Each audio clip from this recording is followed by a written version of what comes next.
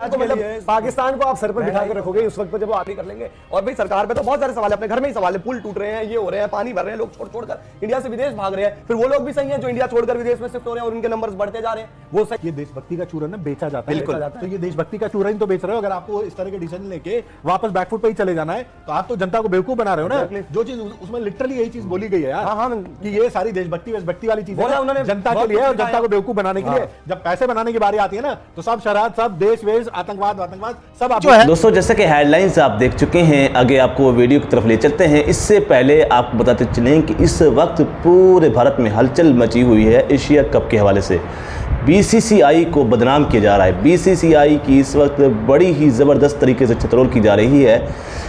कई भारतीय सहाफ़ियों ने ये कहा है कि हम मैच नहीं देखेंगे क्योंकि आपने हमारी किसी किस्म की कोई बात नहीं सुनी, अपनी ही बात मानी है, तो इसी वजह से हम मैच नहीं देखेंगे क्योंकि हमने हर किस्म का इससे पाकिस्तान से बाइकाट किया हुआ है। तो इस वक्त पूरे भारत में अभी तक हलचल मची हुई है एशिया कप के हवाले से। आगे आपको वीडियो की तरफ ले चलते हैं। हमारी टीम इंडिया पाकिस्तान से मैच खेलने वाली है और बीसीसीआई जो है इस मैच को ऑर्गेनाइज कर रहा है। क्यों? क्योंकि इस कहां गई देशभक्ति? अब कहां गई देशभक्ति? देशभक्ति क्या सिर्फ दिलजीत दोसांझ और नीरज चोपड़ा जिन्होंने एथलीट पर देशभक्ति के सवाल खड़े करने लगे थे, हमारी पब्लिक, हमारी जनता, क्या अब वही जनता बीसीसीआई से सवाल करेगी कि आप इंडिया वर्सेस पाकिस्तान का मैच क्यों करवा रहे हैं और वो भी दो मैच? वो भी एक है कि बाकी लोगों पे देशभक्ति का वो जो है ना ठप्पा आप लगा देते हो कि अगर किसी ने कुछ ऐसा कर दिया तो तू देशभक्त नहीं है, तू गद्दार है।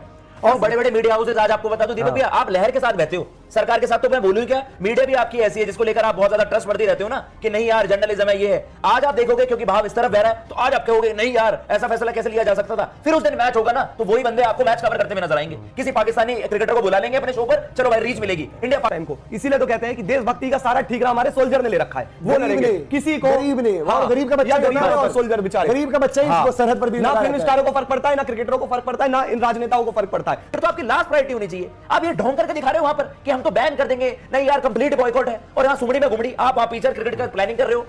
अब यहाँ पर बातें ना होती, दुनिया को तो पता नहीं चल रहा था, WCL का भी मैच हो जाता। एक दिन पहले खिलाड़ी कह रहे नहीं भाई मत देखना ना मैच, बॉयकॉट करना मैच, देखना नहीं। Being a cricket Indian cricket fan, अगर भाई आप इस चीज के आगे अपोज नहीं करते हो ना, जितनी भारी मात्रा में करोगे, और मैं कह रहा हूं थ्रेटन करना है करो, सरकार भी वोट मांगने के समय तो ऐसा हाथ जोड़ लेती है।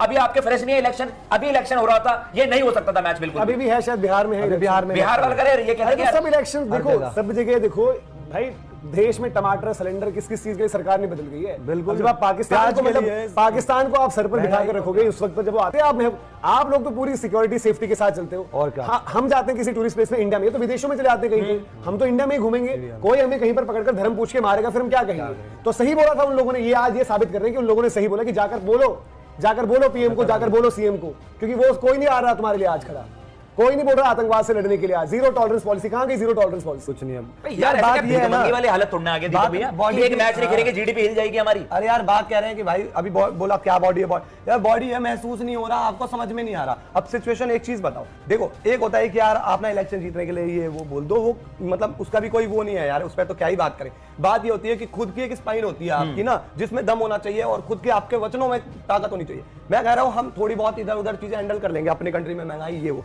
पर यार हम अपनी कंट्री की सुरक्षा से थोड़ी वो कर लेंगे। हमारे यहाँ लोगों की जान चली जाती है, उनसे थोड़ी कर लेंगे। और भाई सरकार पे तो बहुत सारे सवाल है, अपने घर में ही सवाल है, पुल टूट रहे हैं, ये हो रहे हैं, पानी भर रहे हैं, लोग छोड़कर इंडिया से विदेश भाग रहे हैं। फिर वो लोग भी सही है जो इंडिया छोड़कर विदेश में शिफ्ट हो रहे हैं और उनके नंबर्स बढ़ते जा रहे हैं, वो सही है अपनी जगह पर। फिर अगर देखियो तो उसमें एक डायलॉग है, ये देशभक्ति का चूरन ना बेचा जाता है। बिल्कुल, तो ये देशभक्ति का चूरन तो बेच रहे हो। अगर आपको इस तरह के डिसीजन लेके वापस बैकफुट पे ही चले जाना है तो आप तो जनता को बेवकूफ बना रहे हो ना। जो चीज उसमें लिटरली यही चीज बोली गई है यार कि ये सारी देशभक्ति वेशभक्ति वाली चीज है जनता के लिए और जनता को बेवकूफ बनाने के लिए। जब पैसे बनाने की बारी आती है ना तो सब शरारत, सब देश वेश, आतंकवाद सब आप भूल जाते हो, फिर आपको सिर्फ पैसा दिखता है।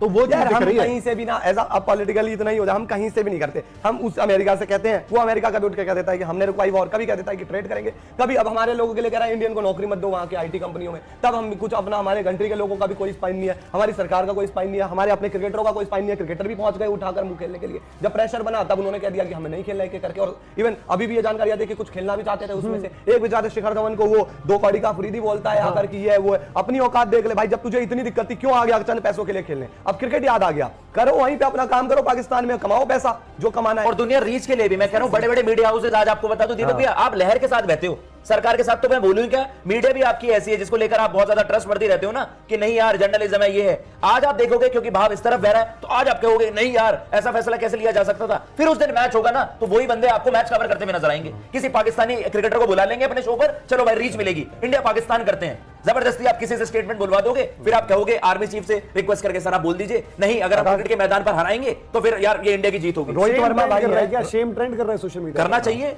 रोहित वर्मा भाई है, मनोज भाई अपने आप को हमारे बहुत सपोर्ट करते हैं, हमने उनकी हमेशा, उन्होंने लिखा है कि यार कारगिल के टाइम पर हम लोग वहीं थे राजौरी कश्मीर में, जो आज कारगिल दिवस है उस टाइम ये लोग कश्मीर में थे पापा के साथ, इनके पापा बीएसएफ सोल्जर थे।